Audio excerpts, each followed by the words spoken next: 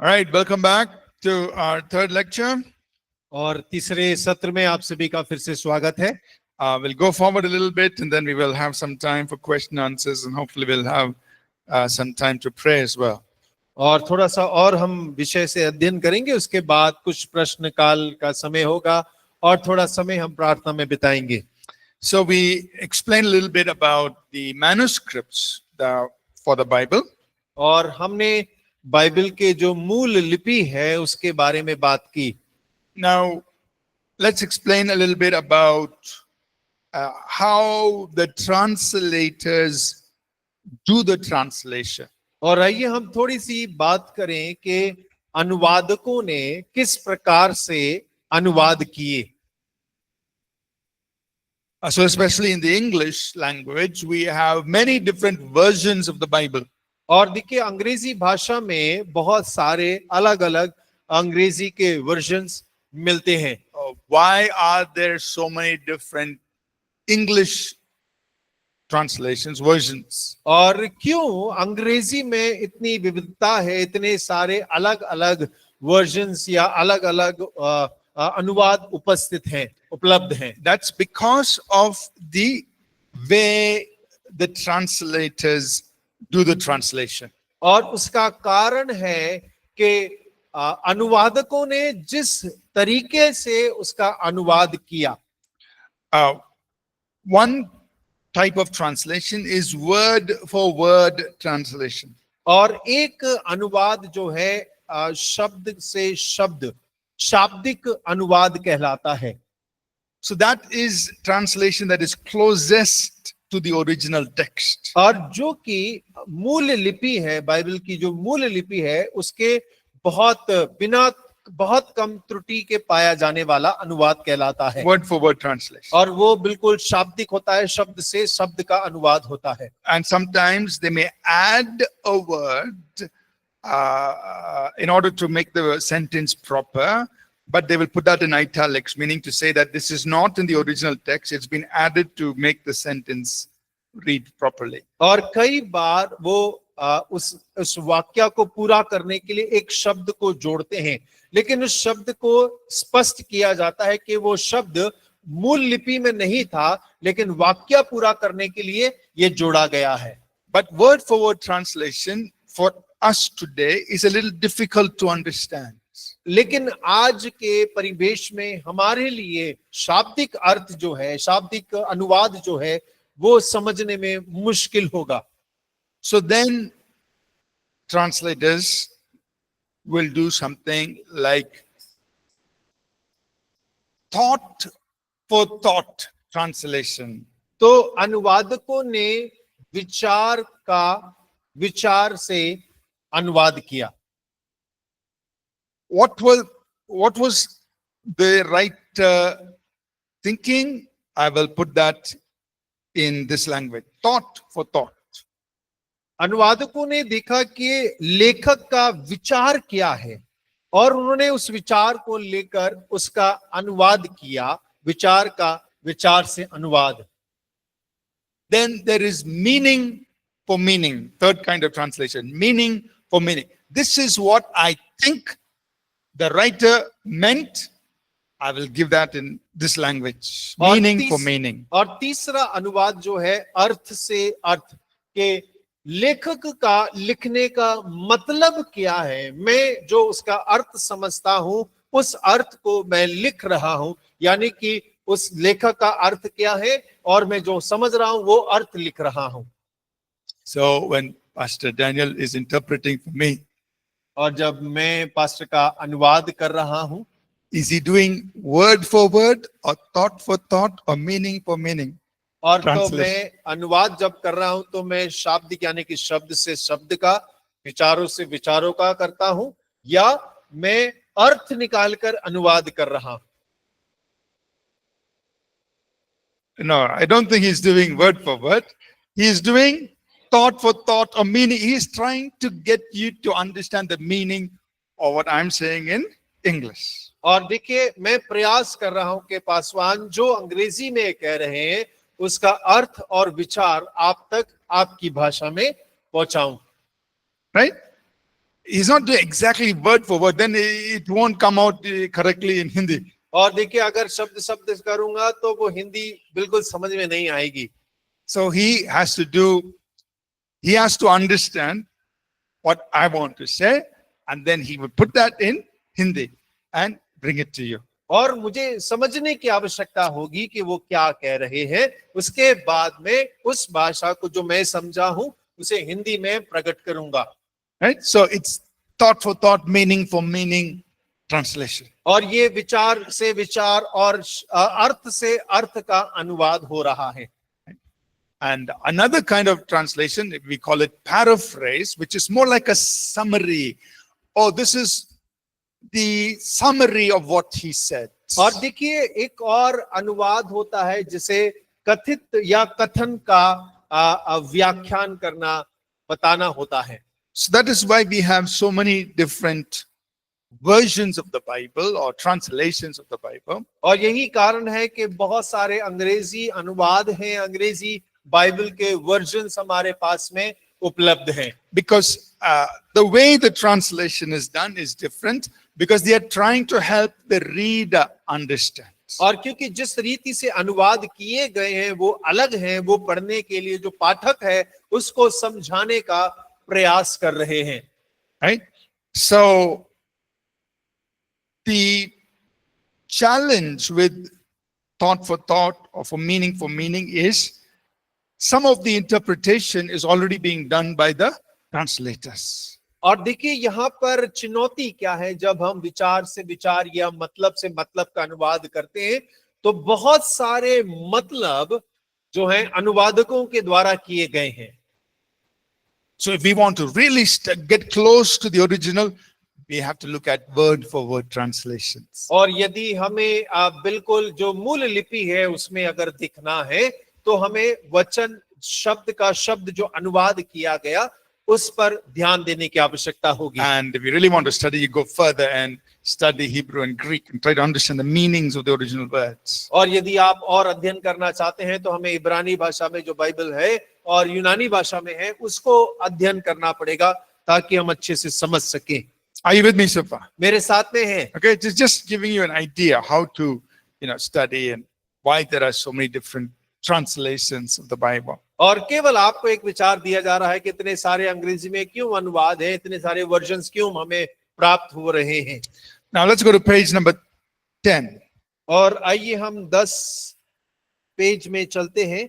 I'll just quickly mention different ways we can study the Bible. और देखिए यहाँ पर बहुत सारे तरीके दिए गए हैं जो बाइबल में हम बाइबल का अध्ययन कर सकते हैं।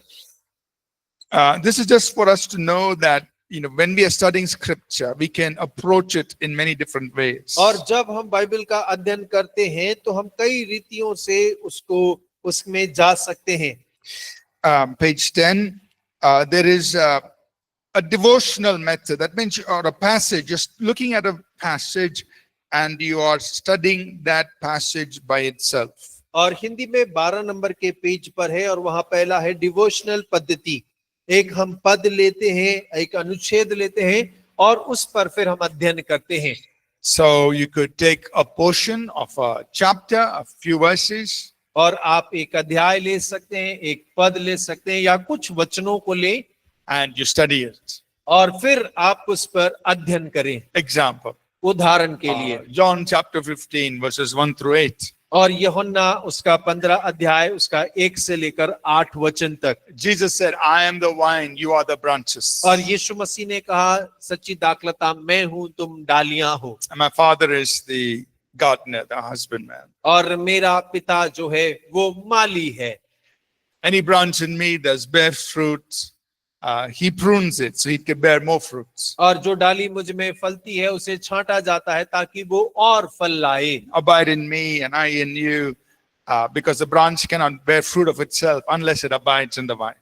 और तुम मुझ में बने रहो, मेरा वचन तुम में बना रहे ताकि तुम बहुत फल लाओ। जब तक कोई डाली मुझ में ना बनी रहे तुम फल नहीं ला सकते। So you can take those 8 verses और आप उन 8 वचनों को लेते हैं and you study. और आप उस पर अध्ययन करते हैं। What is Jesus saying? यीशु मसीह क्या कह रहे हैं What is the meaning? और उसका मतलब क्या है। How should I apply it?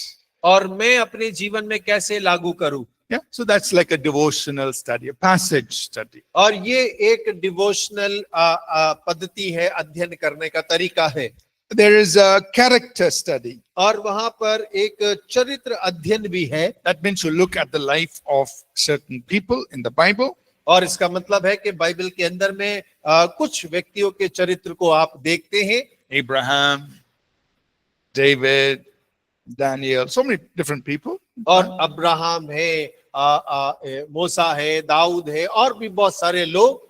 You study their life, और आप उनके जीवन पर अध्ययन करते हैं, how they walked with God, और वो परमेश्वर के साथ कैसे चले, the mistakes they made, और जो गलतियां उन्होंने की, how did they overcome those और things? उस गलतियों पर वो कैसे जय पाए, How did God work with them? और परमेश्वर ने उनके साथ कैसे कार्य किया। And we learn through their lives. और उनके जीवन से हम सीखते हैं। Sometimes we can look at only a part of their life. और कई बार हम उनके जीवन का केवल एक भाग देखते हैं, So again, study their character. और हम उसके चरित्र का अध्ययन करते हैं। So that's another way to study the Bible. और वो भी एक और तरीका है बाइबल अध्ययन करने का।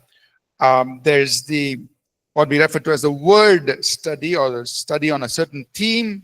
और देखिए, वचन दर वचन अध्ययन पद्धति भी होता है। इसका मतलब किसी शीर्षक के अनुच्छेद पर अध्ययन करना। You study the Bible on a certain topic or a subject. और आप बाइबल में एक चुने हुए विषय के ऊपर में अध्ययन करते हैं। Example, faith, और उदाहरण के लिए विश्वास, healing, चंगाई, the Holy Spirit, पवित्र आत्मा, the church, कलीसिया, fellowship. और संगति। So different themes or topics you can take and you can study the scripture. What does the Bible say on that subject? और आप अलग अलग शीर्षकों को लेकर उसके ऊपर में अध्ययन कर सकते हैं कि बाइबल इनके बारे में क्या बतलाता है। You all with me so far? अभी तक मेरे साथ हैं? Yeah. So that's another way to और study. एक और तरीका है अध्ययन करने का। You can do a chapter study. और हम जो है अध्याय की अध्ययन कर सकते हैं। For example, you can take Psalm 23 और भजन 23 ले ले, and you study the Psalm. और आप फिर भजन पर अध्ययन करते हैं। So you're studying a chapter. और आप एक अध्याय पर अध्ययन कर रहे हैं। And lastly, we can also do a book study. और अंतिम है कि हम पुस्तक पर भी अध्ययन कर सकते हैं। You study the entire book. और हम पूरी पुस्तक पर अध्ययन करते हैं।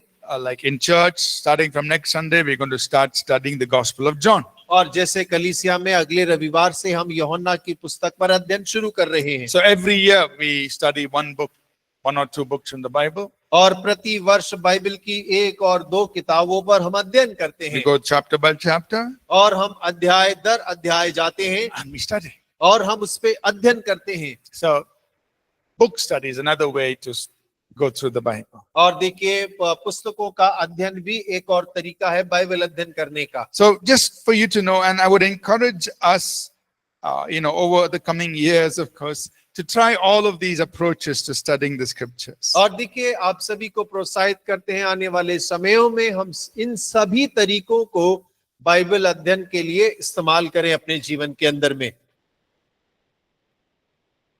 All right. Let's go now to lesson number 4. और आइए हम चौथे अध्याय पर चलते हैं। This is page 16. और हिंदी में आपके 17 नंबर के पेज पर है।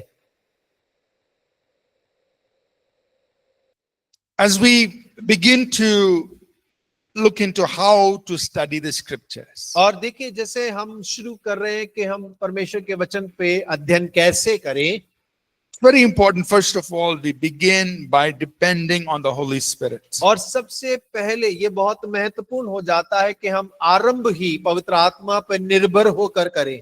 It's the Holy Spirit who takes the word which he inspired many, many years ago, and he helps us today to see into the scriptures. और देखिए, पवित्र आत्मा की सहायता बहुत महत्वपूर्ण हो जाती है, क्योंकि कई हजारों वर्ष पहले जो पवित्र आत्मा के द्वारा प्रेरित वचन है, उन्हीं वचनों को पवित्र आत्मा हमारी सहायता करता है कि हम उन वचनों को समझने पाएं। You see, sometimes I imagine it like this. Imagine a ship that is sailing on top of this sea. और कई बार मैं इस प्रकार कल्पना करके देखता हूं कि एक जहाज है जो पानी पर तैर रहा है, सतह पर तैर रहा है। If you're in the ship, और यदि आप उस पानी के जहाज में हैं in the middle of the sea or the ocean, और आप उस समंदर के बीचों बीच हैं look all around is only water. और आप आसपास देखते हैं केवल पानी ही पानी नजर आता है Very boring. और बहुत ही आप जो है बहुत बोर हो जाएंगे Nothing interesting. और कुछ रुचिपूर्ण नहीं है Just same water. और सब एकदम स्थिर पानी ही पानी है। But if you were to take a deep dive, go down inside the water, और लेकिन यदि आपको उसी पानी की गहराई में तल में ले जाया जाए then you see all the wonderful creatures, the fish and all those things that are underneath. और तब जो है आप उसके भूतल में जो तल में जो सुंदर चीजें जो मछलियां हैं, प्राणी हैं, वो जो दिखे वो अद्भुत हैं Beautiful things. और सुंदर चीजें हैं You don't see it on the surface. और आपको उसके तल पर नजर नहीं आ रहा But when you go in, और आप भीतर उतरिए you see all the wonderful creatures. और आप सुंदर रचना को उसके नीचे देख पाएंगे। So many times when we do like a surface reading of the Bible, it doesn't seem very interesting. और कई बार जब हम ऊपर ऊपर से बाइबल अध्ययन करते हैं तब हमें बड़ा रुचिपूर्ण नजर नहीं आता है। But when you start diving deep, और लेकिन जब आप उसकी गहराई में उतरने चालू करते हैं wow, so wonderful things are there in the Word of God. और अद्भुत चीजें परमेश्वर के वचन के अंदर में उपलब्ध है, मौजूद हैं। Amen? आमीन। So, with the help of the Holy Spirit, और पवित्र आत्मा की सहायता के द्वारा we need to dive deep. और हमें तो उसमें गहराई में उतरने And की the- आवश्यकता है। And as we are reading and meditating in the Word, और जब हम उसे मनन करते हैं, परमेश्वर के वचन को पढ़ते हैं, the Holy Spirit will give us what we call as revelation. और पवित्र आत्मा हमें वो प्रदान करेगा जिसे हम प्रकाशन कहते हैं। It's like the light comes on और ये ऐसा है जैसे हमारे ऊपर में बत्ती जल गई है and you see something that you could not see otherwise. और आप उस बात को देख पाते हैं जो आप पहले नहीं देख पा रहे थे। Right? For example, you come into a room that is dark, all the lights are off. और उदाहरण के लिए आप एक ऐसे कमरे में प्रवेश करते हैं जो अंधकार से भरा है, सारी बत्तियां बंद हैं। Maybe on the table there's a very nice cake. और हो सकता है कि बीचों बीच एक टेबल पे बड़ा स्वादिष्ट सा केक रखा होगा Very tasty. और बहुत ही स्वादिष्ट, Light is off. और लेकिन बत्ती बंद है, You can't see it. आप नहीं देख पाएंगे। But you turn the light on. और जैसे ही बत्ती चालू करते हैं, Oh, wow. अरे वाह, The cake is there. Let me eat it. अरे केक रखा है, चलो मैं खा लेता हूं। So, it's like that. और ये बिल्कुल ऐसा ही है। When the Holy Spirit turns the light on, और जब पवित्र आत्मा बत्ती चालू करती है you see the wonderful things that are there in the Word of God. और आप उन अद्भुत बातों को देख पाते हैं जो परमेश्वर के वचन में पहले से मौजूद है। So we call that illumination or revelation of the scriptures. और उसे हम पवित्र आत्मा का प्रकाशन या उद्बोधन कहते हैं। Let's go to Psalm 119 और भजन 119 में चले and verse, sorry, where is this? Open my eyes that I might see wonderful things. 18. Yes, thank you. Verse 18. और 18 पद में Somebody could read that? कोई पढ़ सकते हैं?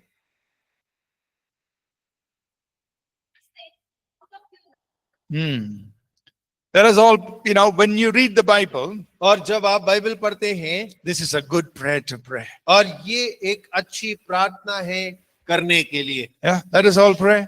और होके प्रार्थना करें Lift your right hand up और अपना दाहिने हाथ उठाएं, and say, Lord, कहें प्रभु open my eyes मेरी आंखें खोल दे that I might see wonderful things ताकि मैं अद्भुत बातें देख सकूं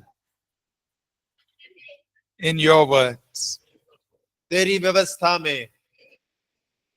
Amen. आमीन। So that's a good prayer to pray. और ये एक अच्छी प्रार्थना है प्रार्थना करने के लिए। When you sit down to read the Bible, और जब आप बैठकर बाइबल पढ़ने के लिए बैठते हैं invite the Holy Spirit. और पवित्र आत्मा का स्वागत करें। Holy Spirit, speak to me. पवित्र आत्मा आप मुझसे बातें करें। Holy Spirit, open my eyes और पवित्र आत्मा आप मेरी आंखों को खोल दें to see wonderful things. और ताकि मैं अद्भुत बातों को देख सकूं। And as you're reading the scriptures, और जैसे आप वचन को पढ़ते हैं the Holy Spirit will help you see things you haven't seen before. और पवित्र आत्मा आपको उन चीजों को देखने के लिए सहायता करेगा जो अब तक आप नहीं देख पाए हैं। Amen. आमीन। So here's some practical things I just would share with you. और कुछ व्यवहारिक बातें हैं जो मैं आपके साथ बांटना चाहता हूं। When you're reading the Bible, और जब आप बाइबल अध्ययन करते हैं don't be in a hurry. और जल्दीबाजी में मत करिए। You see, sometimes we are so hurry, in such a big hurry. I have to read 10 chapters today. और देखिए हम कई बार इतनी जल्दीबाजी में होते हैं कि अरे दिन में मुझे 10 अध्याय तो पढ़ने ही हैं। So we're very hurry, finish 10 chapters, finish. और 10 एकदम रट्टा मारते हैं, भर्र से खत्म कर देते हैं। Or did you learn? क्या सीखा आपने? कुछ नहीं. कुछ भी नहीं। So don't be in a hurry when you're reading the Bible. और जब आप बाइबल से पढ़ रहे हैं जल्दीबाजी में मत रहिए। You sit with the Bible, आप बैठिए Holy Spirit, help me. और पवित्र आत्मा से कहिए मेरी सहायता कर। You start reading. और शुरू करिए। As you're reading, read it slowly, और जब आप पढ़ते हैं धीरे धीरे पढ़िए understand what और you're उसे reading, समझिए and listen to the Holy Spirit. और पवित्र आत्मा को सुनिए। Be sensitive to the presence of God. परमेश्वर की उपस्थिति के प्रति संवेदनशील रहिए। Many times when I'm reading the Bible, और कई बार जब बाइबल पढ़ते हैं the presence of God just comes so powerfully. और परमेश्वर का उपस्थिति इतना सामर्थ्य रूप से उतरता है I start crying और मैं रोने लगता हूँ। because of what God is speaking while I'm reading. और क्योंकि जो मैं पढ़ रहा हूँ परमेश्वर उसे बोलना शुरू करता है। I'm reading the text, but I'm hearing from heaven. और मैं वचन को पढ़ रहा हूँ लेकिन स्वर्ग से सुन रहा हूँ It's very powerful. और वो बहुत सामर्थी होता है।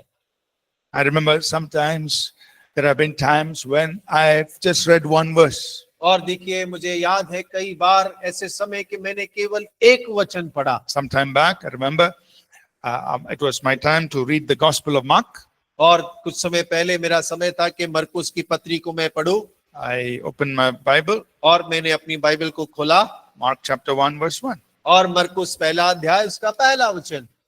This beginning of the Gospel of Jesus Christ, the Son of God. और वहां लिखा है ये यीशु मसीह जो परमेश्वर का पुत्र है उसके सुसमाचार का आरंभ हुआ। I just read that line. और मैंने केवल वो पंक्ति को पढ़ा And the presence of God just came upon me. और परमेश्वर का उपस्थिति मुझ पर उतर आया I could not read more than that. और मैं उससे ज्यादा नहीं पढ़ पाया। I was sitting there for half an hour, और मैं आधा घंटा वहीं बैठा just रहा overwhelmed by the presence of God. और परमेश्वर की उपस्थिति से भरा हुआ। Just, it's like a river in my spirit. This whole thing was open. Jesus Christ, the Son of God. और मेरी आत्मा में ऐसा खुल गया यीशु मसीह जो परमेश्वर का पुत्र है। Just caught up in thinking about that, those words. और मैं उन्हीं दो बातों के बारे में सोचते हुए उसी में मगन हो गया। Just revelation on that. और उसके ऊपर में प्रकाशन। Close my Bible. मैंने अपनी बाइबल बंद की Thank the Lord. और परमेश्वर का धन्यवाद किया। Next morning I came, और अगले सुबह आया opened my Bible, और बाइबल को खोला Mark chapter 1, और मरकुस पहला अध्याय verse 1. एक वचन। This gospel of Jesus Christ, the Son of God. और ये सुसमाचार मसीह यीशु का जो परमेश्वर का पुत्र है। Again, the presence of God just came. और दोबारा परमेश्वर की उपस्थिति वहां भर The गई। next half an hour, 40 minutes, और अगले 40 मिनट आधा घंटा I didn't go beyond that verse. और मैं उसके आगे जा ही नहीं पाया। And like this went on for 4-5 days. और इसी प्रकार करीब 4-5 दिन तक चलता रहा। So if anybody asks me, Pastor, you read your Bible? और कोई पूछता बाइबल पढ़ा pastor ji? Yes, I read. और हाँ मैंने पढ़ा। How much you read? और कितना पढ़ा? Half a verse. और आधा वचन। Pastor, what is this? और पास्टर जी ये क्या है? Only half a verse? और केवल आधा वचन पढ़े हैं आपने? All these days? और पूरे दिन में? Backslider or what? और पीछे मसीह से पीछे चले गए क्या? No, it's not about how much you read.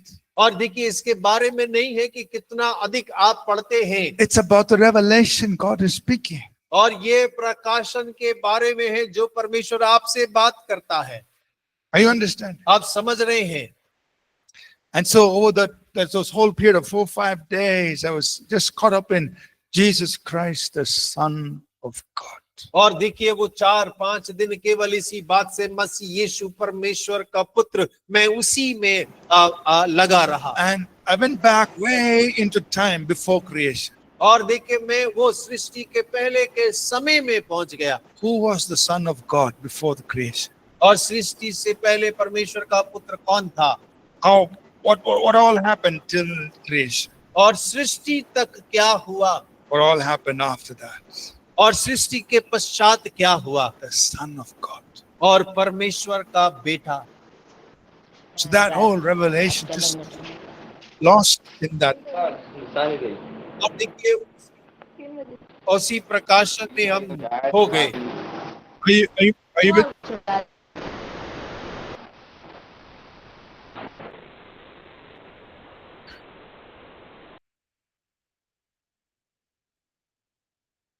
Okay.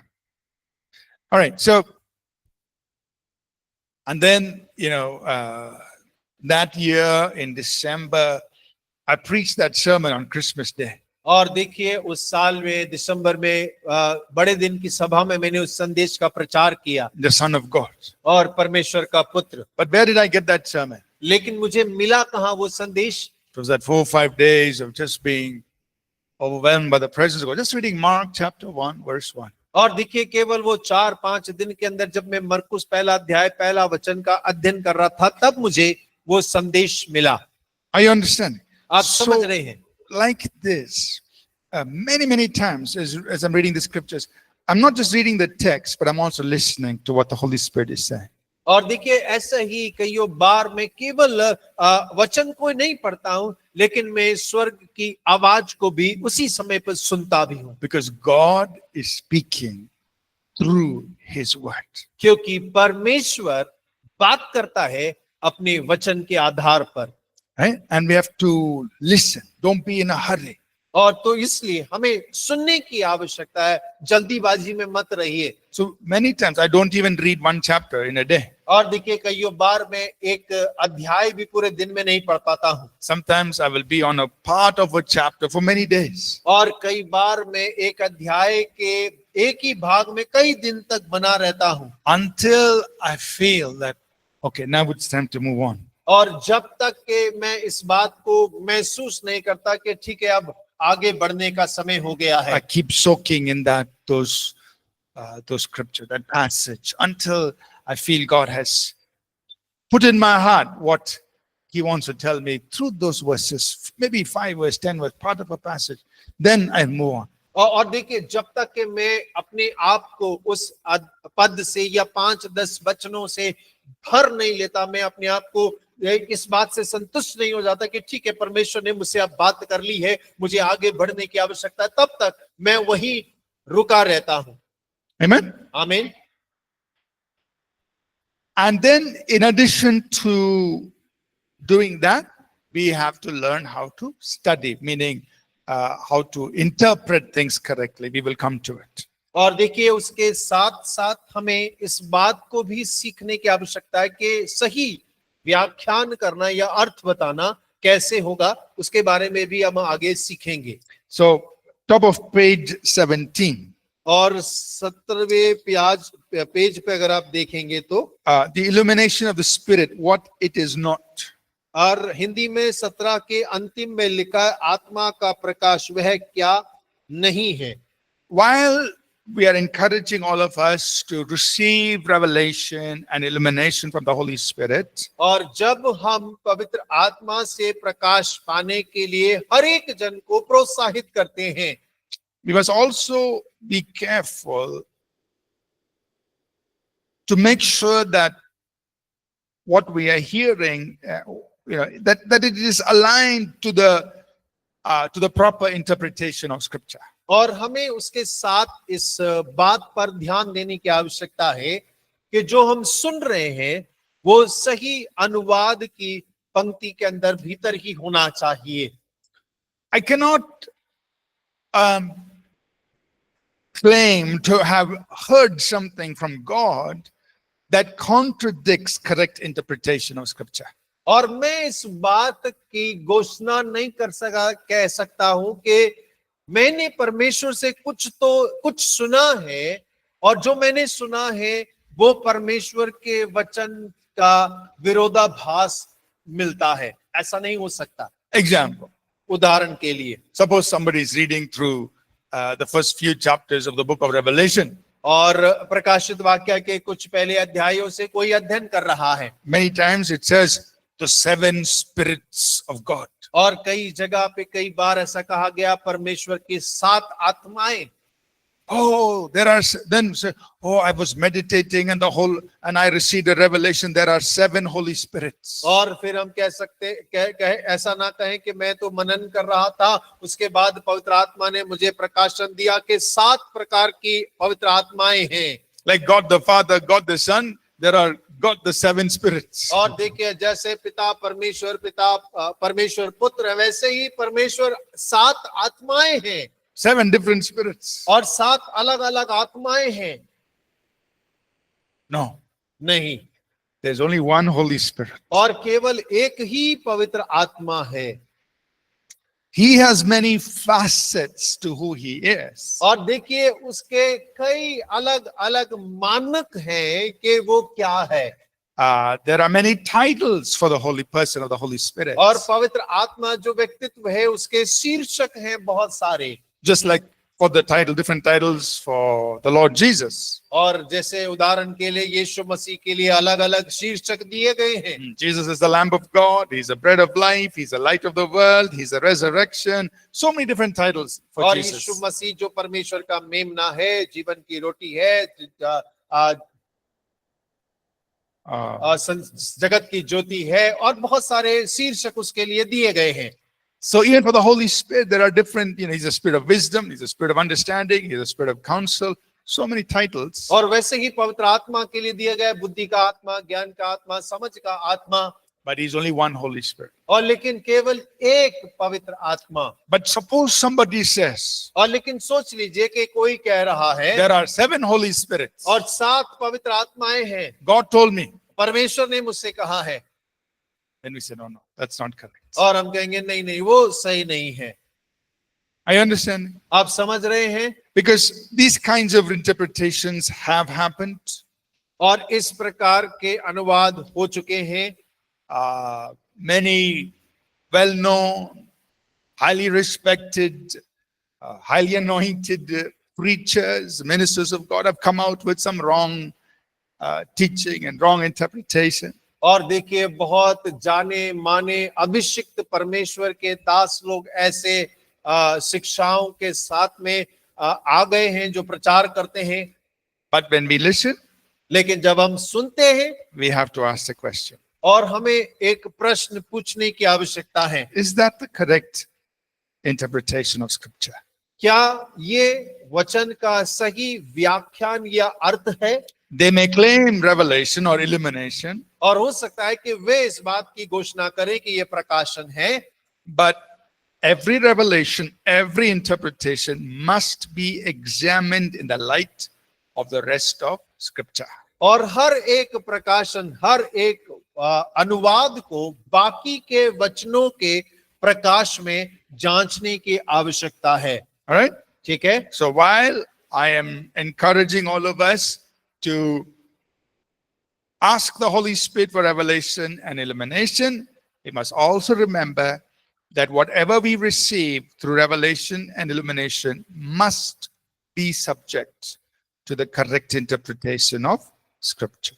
और देखिए जब मैं कहता हूं कि हम सभी को पवित्र आत्मा से प्रकाशन पाने की आवश्यकता है, और जब हम प्रकाशन पाते हैं तब हमें इस बात को जांचना जरूरी है कि वो प्रकाशन बाकी के वचनों के प्रकाश के अनुसार ही होना चाहिए। All right? ठीक है, We're going to learn how to do that in the next few days. और अगले कुछ दिनों में हम उसको सीखेंगे कि कैसे हम उसे कर सकते हैं। Okay. We have 15 minutes. और अभी हमारे पास 15 मिनट हैं We'll have time for questions and hopefully we'll have a little bit of time to pray. और हम प्रश्नों का समय रखेंगे और उसके पश्चात प्रार्थना का भी। There's a question here in the chat from Abhishek. He's asking about the book of Job. It says, about Job, how God gave Satan permission to go attack Job. So how can we interpret this in the lens of New Testament scripture? So basically the question is about Job and what happened. How do we understand from New Testament scripture? और देखिए अय्यूब और उसके साथ में जो हुआ उसे नए नियम से हम कैसे समझ सकते हैं। So what we, based on what we know given to us in the New Testament. और देखिए उसके आधार पर जो हमें नए नियम में दिया गया है, For example, in Ephesians 6, it tells us that faith is a shield. और उदाहरण के लिए इफिसियों की 6 अध्याय में लिखा है विश्वास को हमारी ढाल के रूप में दर्शाया गया है। So faith, actually, our faith in God is actually like a shield. It's like a hedge of protection around us. और हमारा विश्वास जो है वो एक ढाल के रूप में या हमारे आसपास में एक सुरक्षा कवच के रूप में कार्य करता है। But the opposite of faith is fear. लेकिन अगर हम विश्वास का विपरीत देखें तो वो डर है। Fear gives the enemy access. और डर शत्रु को एक प्रवेश द्वार देता हमारे जीवन में। Faith is a shield. और विश्वास ढाल है। Fear is a breach. It's a breakdown in that shield. It's an open door for the enemy. और जो भय है वो दरार के समान है, शत्रु के लिए खुला हुआ द्वार है जो प्रवेश कर सकता Now, है। although Job was a man who feared God greatly and he was a righteous man, और अय्यूब जो परमेश्वर का भय मानता था और परमेश्वर की नजर में एक धर्मी व्यक्ति था। in Job 3:25, और अय्यूब 3 उसके 25 में Job says this. और अय्यूब इस प्रकार कह रहा है। Can somebody read that? Job 3:25. और कोई भी पढ़ सकते हैं अय्यूब 3 उसका 25। क्योंकि जिस डरावनी बात से मैं डरता हूं वही मुझ पर आ पड़ती है और जिस बात से मैं भय खाता हूं वही मुझ पर आ जाती है। So Job, though he was a godly man, he also had a lot of fear. देखिए अय्यूब जो परमेश्वर का भय मानने वाला जन तो है, लेकिन बहुत सारा भय उसके जीवन में है। He's saying, the thing that I greatly feared has come on me. और वो कहता है जिस बात से मैं बहुत भय खाता हूं वही मुझ पर आ पड़ती है। What I dreaded has happened to me. और जिस बात से मैं डरता हूं वो मुझ पर आ पड़ती है। So can you imagine? और क्या आप कल्पना करके देख सकते हैं, He had a fear उसके पास डर है that something bad will happen. कि कुछ मेरे साथ बुरा हो जाएगा। And we know that fear is the opposite of faith. और हम जानते हैं कि जो डर है वो विश्वास का विपरीत है। And that opens the door. और वही दरवाजा खोलता है। In the New Testament, और नया नियम God tells us, you take the shield of faith with which you will quench all the fiery darts of the wicked. परमेश्वर हमसे कहते हैं विश्वास की ढाल को उठा ले जिसके द्वारा तू सारे अग्नि में तीरों को बुझा सकेगा। So it doesn't matter what happened to Job. और इससे फर्क नहीं पड़ता कि अय्यूब में क्या हुआ। What God has given us in the New Testament is you take the shield of faith, and with your shield of faith, you will quench every dart that the devil can throw. और नए नियम में परमेश्वर ने हमसे कहा है कि तू विश्वास की ढाल उठा ले और विश्वास की ढाल के द्वारा तू हर एक डर के तीरों को, जो आग के तीर हैं, उन्हें बुझा पाएगा। So we must be careful to keep fear out and always stand in a place of faith. और हमें हमेशा सावधान रहना है कि डर को दूर करना है और विश्वास में खड़े रहना है, बने रहना है। Okay? All right. Any questions? Any other questions on today, yesterday, today? और आज जो भी हमने अध्ययन किया है उसमें से कोई प्रश्न है?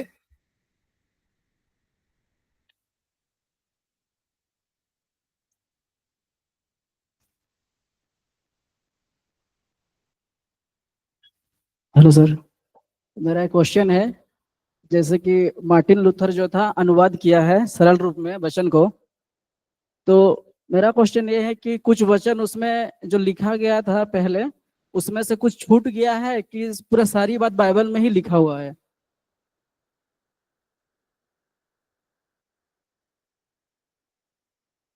हाँ। नहीं नहीं, और सरल रूप में पहले जो बाइबल लिखा गया था, तो उसको जो हम लोग पवित्र बाइबल जो पढ़ते हैं, उसमें पूरा सब लिखा गया है, या कुछ और कुछ बात जो है परमेश्वर का वो छूट गया होगा?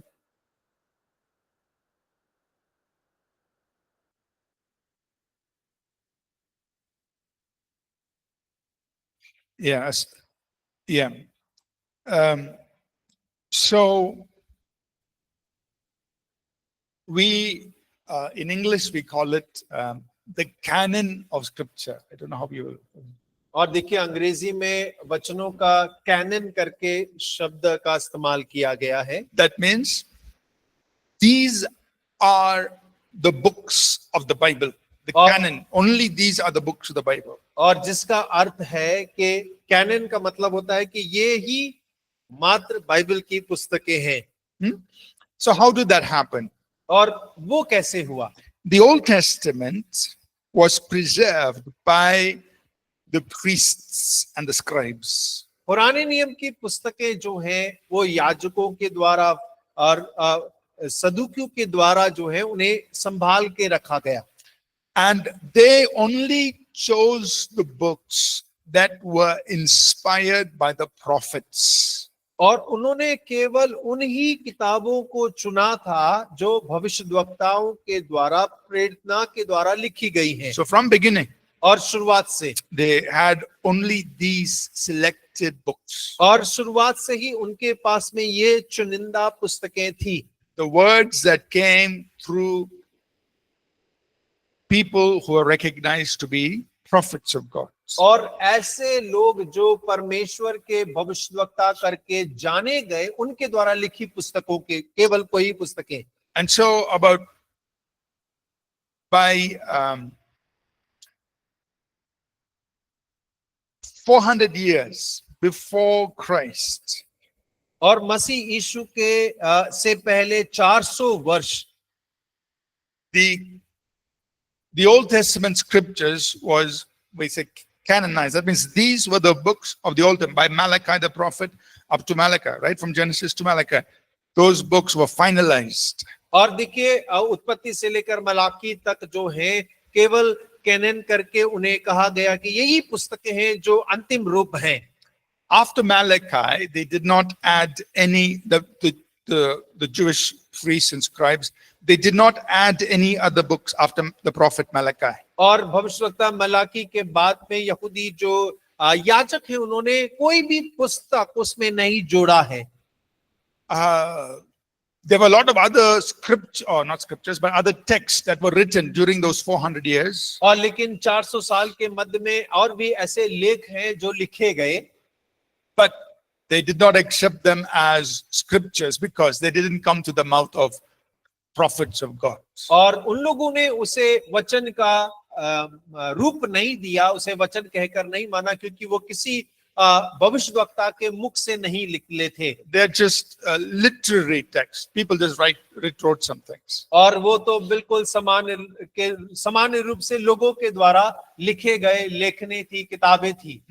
In English, we call it the Apocrypha. That means it's after Malachi, before the Gospels. It's in between, but they're not inspired. और उसे अपोक्रिफा कहा जाता है मलाकी और मती के बीच के समय में जो लोगों के द्वारा लिखी गई किताबें हैं। So they are not part of the Bible. और वो बाइबल के भाग नहीं है। Then, so that was the Old Testament. Then the New Testament was selected purely based on the writings of the apostles of Jesus Christ. और उसके बाद में वो पुराना नियम, लेकिन नए नियम में वो किताबें चुनी गई हैं जो पूर्ण रीति से यीशु मसीह के प्रेरितों के द्वारा लिखी गई हैं। And those who were with the apostles, like Luke and others. और उसके साथ साथ वो लोगों की पुस्तकें ली गई हैं जो प्रेरितों के साथ में रहते थे, जैसा लूका। So only those texts or those writings were selected to be part of the New Testament. और केवल उन्हीं जो किताबें हैं, लेखन हैं, उनको नए नियम के अंदर में जोड़ा गया है।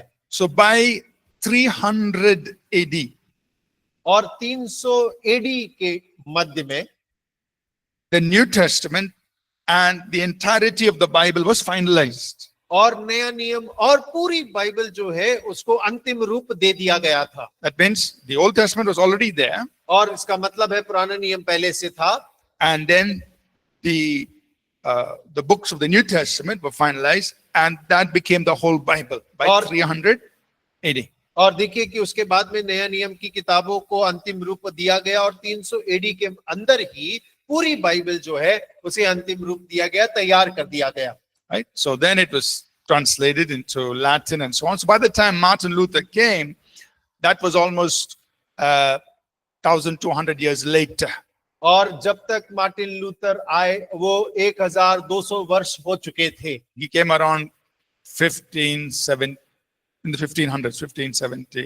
और वो 1500 ईस्वी के मध्य में उनका जन्म हुआ। So by the time he came, the Bible was already fixed. These are the books of the Bible. और जब वो आए तो तब तक अंतिम रूप बाइबल का जो था वो हो चुका था कि ये इस प्रकार की किताबें होंगी। So in all the translations since then, everything has remained as it is. और तब से लेकर जो भी बाइबल का अनुवाद है वो ऐसा का वैसा ही है।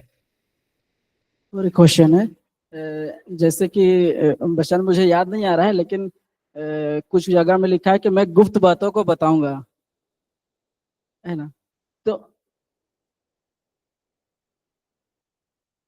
तो एक कलीसिया है अभी उड़ीसा में बहुत जोरों से फैल रहा है, उसका नाम है, उन लोग का वचन जो बताया जाता है वो आखिरी बाइबल जो अभी आया है नया, उसका वो वचन बाइबल का नाम है वचन देधारी में प्रकट है, और वो कलीसिया का नाम है सर्वशक्तिमान परमेश्वर।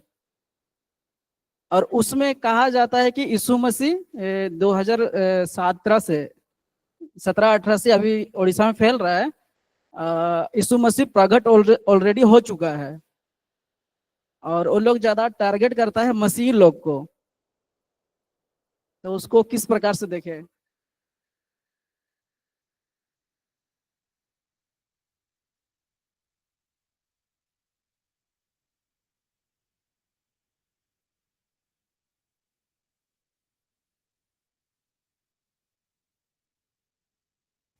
All right. So next week you're going to learn about the end times, और अगले हफ्ते आप अंतिम दिनों के बारे में शिक्षा प्राप्त करेंगे। and you will see from Scripture, how the end times is going to unfold. और आप वचन से देखेंगे कि अंतिम दिनों के अंदर में कैसे कैसे बातें होंगी। And Jesus is not coming. I mean, when he comes and the church is taken out of the way, it's a very big thing. और जब वो आएगा कलीसिया उठा ली जाएगी, एक बड़ी घटना होगी वो। That hasn't happened. You and I are still here. और अभी तक ऐसा हुआ नहीं है, मैं और आप यहीं पर हैं। Right? And when he comes back at the end of the 7 years of tribulation, it's going to be a big thing. और देखिए उसके आने के बाद में बड़ा सताव का समय होगा, एक बहुत बड़ा घटना होगा वो। Yeah. And he's going to come and descend on the Mount of Olives. The Mount of Olives will split. There's going to be the Battle of Armageddon and so many things. None of those things have happened yet. और So देखिए वो आएगा जैतून के पहाड़ पर खड़ा होगा, वो दो भाग हो जाएगा, फिर गोगा अमोगा का युद्ध होगा, बहुत सारी घटनाएं होंगी और उनमें से अभी कुछ भी नहीं हुआ है। okay. One last question. We'll see on the chart and we'll pray. It is why the Gospel of Thomas, Gospel of Barnabas, Gospel of Enoch have been taken out. My response would be they were never in the canon of Scripture in the first place. और देखिए ये कभी भी सुसमाचार में नहीं थे। Yeah. So we don't have to worry about, there are a lot of other, like we said, a lot of other literary texts that were written around the same time, which were not part of the canon of Scripture. So we don't worry about those texts. और देखिए हम इनके बारे में चिंता नहीं करते हैं, क्योंकि उसी समय काल के अंदर में और भी कई सारी पुस्तकों को लिखा गया था जो कि कैनन पुस्तकों के अंदर में नहीं आती हैं, इसीलिए हमें उनकी चिंता करने की जरूरत नहीं है। And why would there be some variations in certain verses is because of the set of manuscripts that people use. Like we meant, and I didn't explain it, but you can read up on it. There are two different sets of manuscripts that translators use. और देखिए, अगर आप देखेंगे तो यहाँ दो पांडुलिपियों का जिक्र किया गया है। This is on page 8. और आपके पेज नंबर 8 में आपको उपलब्ध होगा। 9 में, आप हिंदी में 9 में लिखा है। So those minor variations are again in the translation approach. Some translators will only translate things that are found in every manuscript. That is it's called the majority text. और देखिए, कुछ अनुवादकों ने उन पांडुलिपियों से अनुवाद किया है जो सभी एक समान लिखा गया है। And even if something is left out from missing from one manuscript, they will leave it out. Even if some portion of text is left out, they will leave that portion out to remain consistent. और देखिए, अगर एक भाग भी उसमें से अगर कम दिख रहा है, उन्हें लग रहा है कि ये यहाँ पर नहीं है, तो वो उसे छोड़ देते और आगे बढ़ते। Other translators go by the earliest manuscript. That means if it was there in the earliest, they will include it. और कुछ अनुवादकों ने ऐसे अनुवाद किया कि उन्होंने देखा कि सबसे प्रथम जो सबसे आगे का है, जो पहले लिखा गया है, उसको देखा और उसमें से उन्होंने उसका अनुवाद किया है। So those minor variations are because of whether they use the majority text or whether they use the earliest text. और जो उनके अंदर में छोटी छोटी भिन्नताएं हैं, तो वो ये इस बात पर निर्भर करती है कि उन्होंने किस प्रकार के पांडुलिपि का इस्तेमाल किया है। How should we resolve that? If it all makes sense, then we take it. और देखिए, हम लोग कैसे इसको मानते हैं, यदि उसमें कोई अर्थ निकलता है तब हम उसे ले लेते हैं। So it is safe to stay with what is earliest. और ये सुरक्षित है कि जो प्रथम है उसके साथ हम बने रहें, as long as it's consistent, and in the most of the cases it is very consistent with the rest of scripture. और जब तक कि वो स्थिर है, और देखा जाए तो सारे वचनों के साथ में वो स्थिर ही बना रहता है। Okay, all right, and our time is up. Let's stand to our feet, please. और आइए, हमारा समय समाप्त हो गया, हम अपने स्थान पर खड़े हो जाएं।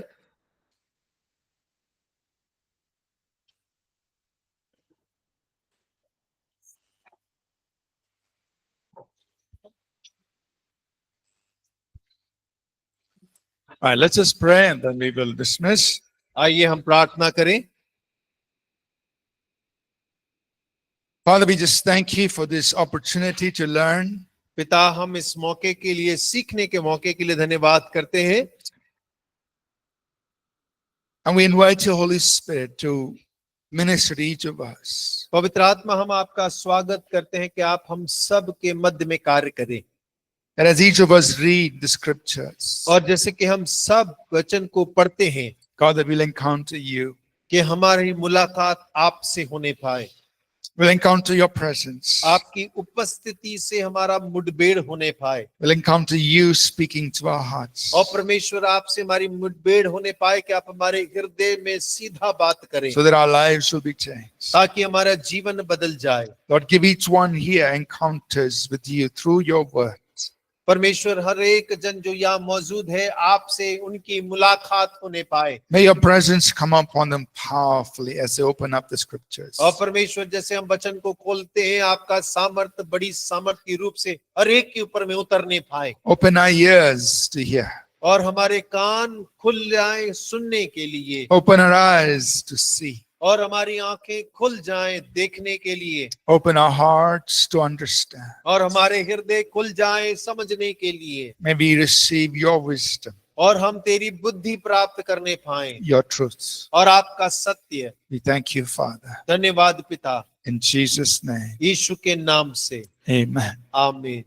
Amen. God Amen. bless you. May God Prabhu bless आपको आशीष दे।